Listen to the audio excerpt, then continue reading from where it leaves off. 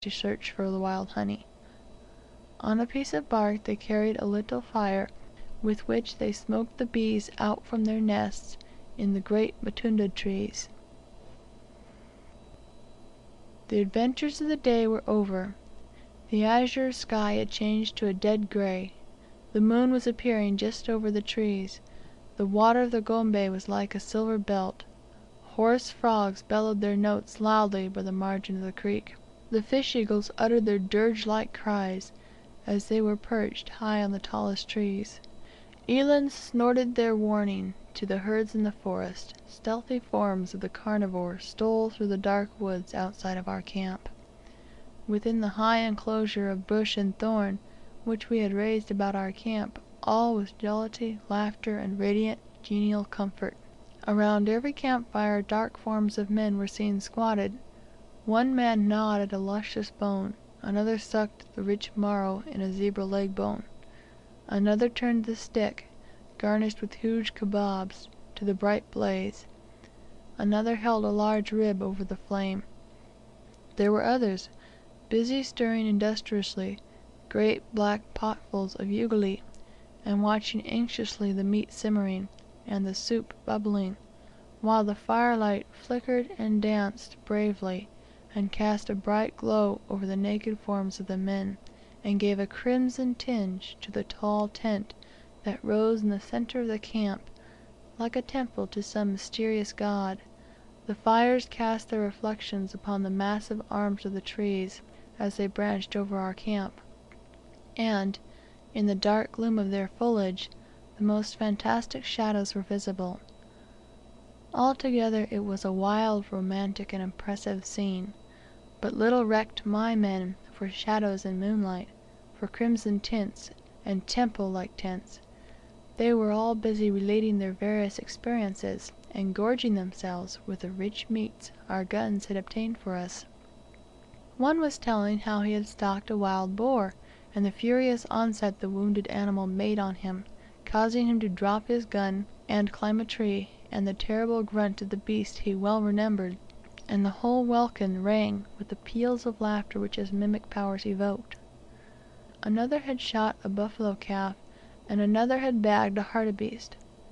The Wakonongo related their laughable rencounter with me in the woods, and were lavish in their description of the stores of honey to be found in the woods.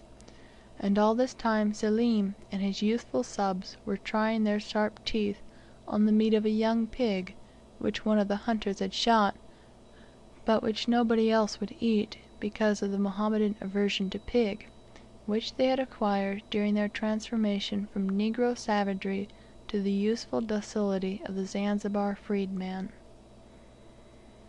We halted the 2 following days, and made frequent raids on the herds of this fine country. The first day I was fairly successful again in the sport. I bagged a couple of antelopes, a kudu, A. streptocerius, with fine twisting horns, and a pallabuck, A. melomphus, a reddish brown animal standing about 3½ feet, with broad posteriors. I might have succeeded in getting dozens of animals had I any of those accurate heavy rifles manufactured by Lancaster, Riley, or Blissett, whose every shot tells; but my weapons, save my light smoothbore, were unfit for African game. My weapons were more for men.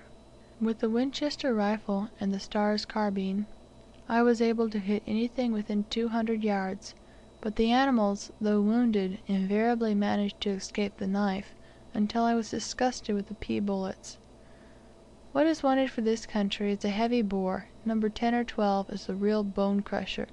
That will drop every animal shot in its tracks, by which all fatigue and disappointment are avoided. Several times during these 2 days was I disappointed after most laborious stalking and creeping along the ground. Once I came suddenly upon Eland while I had a Winchester rifle in my hand, the Eland and myself mutually astonished, at not more than 25 yards apart. I fired at its chest, and bullet, true to its aim, sped far into the internal parts, and the blood spouted from the wound. In a few minutes he was far away, and I was too much disappointed to follow him. All love of the chase seemed to be dying away before these several mishaps. What were 2 antelopes for one day's sport to the thousands that browsed over the plain?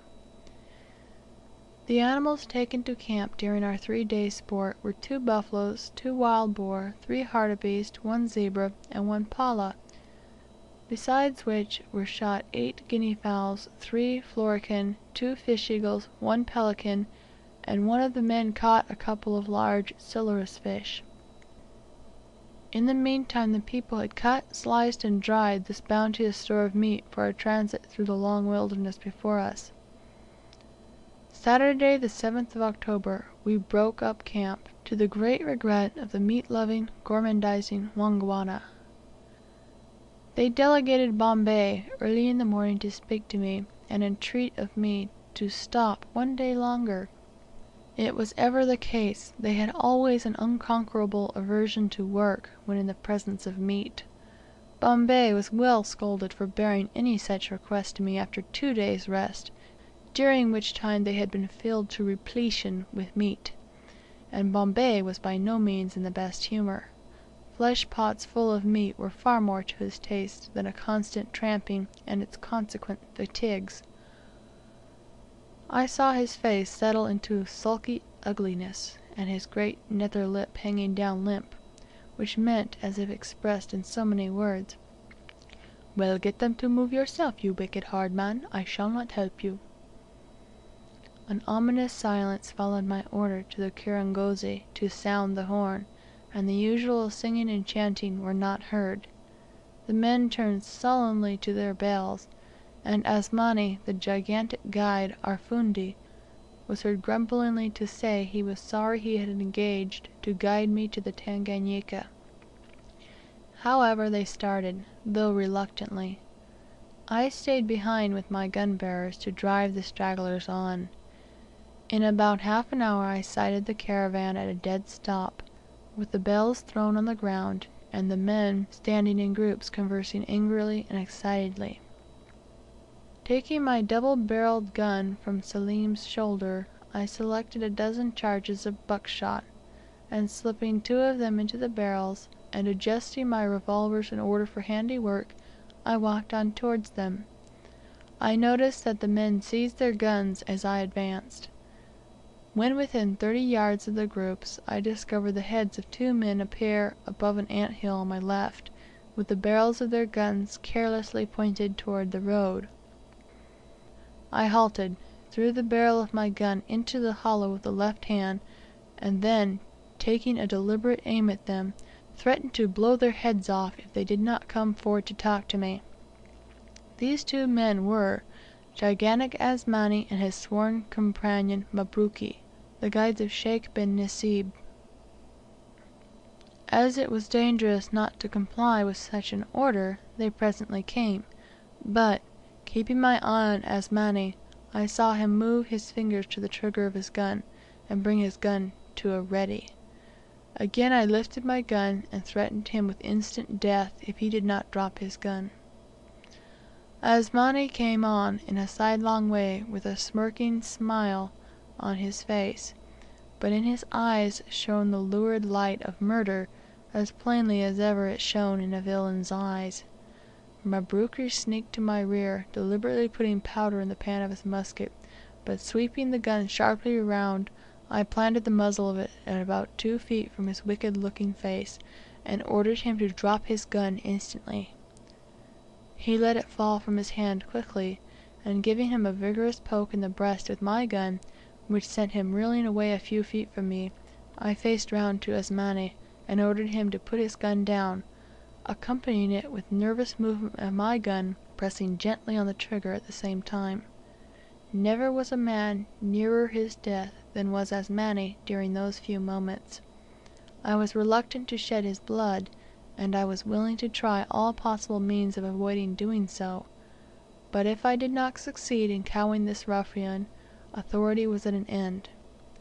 The truth was, they feared to proceed further on the road, and the only possible way of inducing them to move was by an overpowering force, an exercise of my power and will in this instance, even though he might pay the penalty of his disobedience with his death. As I was beginning to feel that Asmani had